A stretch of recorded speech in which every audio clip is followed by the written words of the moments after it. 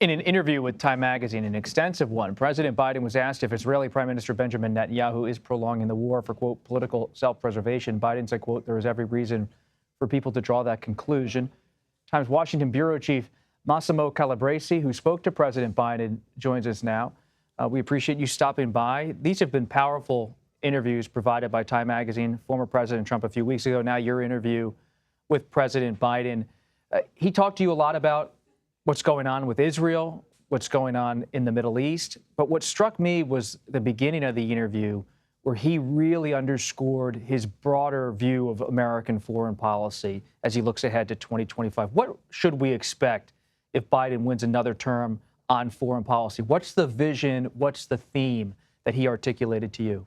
So that's what you're quite right. The most fascinating thing about this interview for me is he really does have an idea of what America's role in the world should be, and it comes out of his own personal experience as a foreign policy hand on in the Senate, and having grown up in the sort of the post-World War II world, and it's an alliance-based foreign policy led by the United States, a vision of the U.S. as a kind of enlightened, self-interested superpower.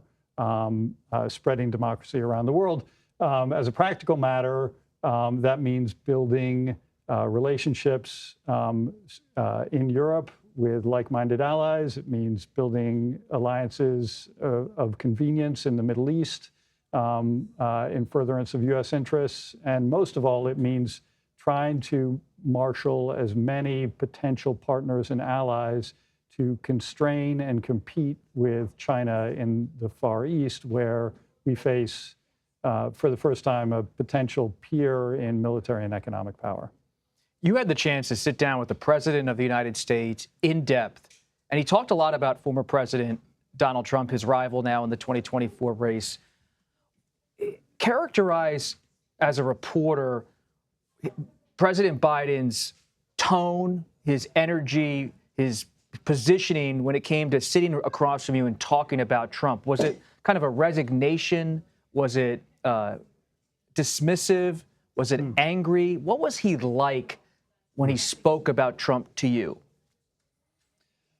You know, I mean, it's worth thinking for a moment. It was mostly contextual. It was what he said Trump would mean for the country.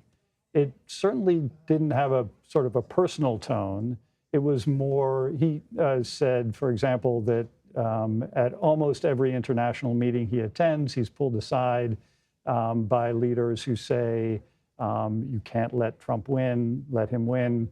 So it was more in the context of what he said or was arguing Trump would mean for the country, especially with regard to foreign affairs, but in general as well. So I would characterize it as less personal than sort of contextual. How does he view his own domestic record? Some of his associates have told me over the last few years, I mean, he really came in trying to compete, not just with his predecessor, President Obama, on the Democratic side, but wanted to have echoes of FDR and have this sweeping spending program domestically. As he looks toward November, does he feel confident he's gotten what he wanted done, or has Congress stopped him, and has he felt like his hands have been tied? Well, he boasted of domestic accomplishments at various points. He said no president has gotten as much done in 3.5 years in memory. So he's certainly running on that. Doesn't give the impression of frustration. If anything, what he and his aides tend to do is say that he doesn't get sufficient credit for what he's done.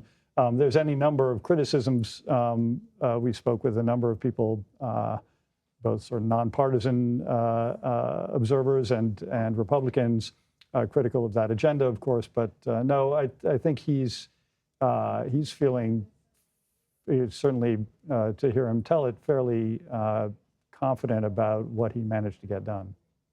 We're going to have to leave it there. A powerful interview. I'd recommend you all read Time Magazine, Massimo's interview with President Biden. It's great to sometimes just sit down and digest these long-form interviews with someone who has so much power. Thanks so much for being here, Massimo. We appreciate it.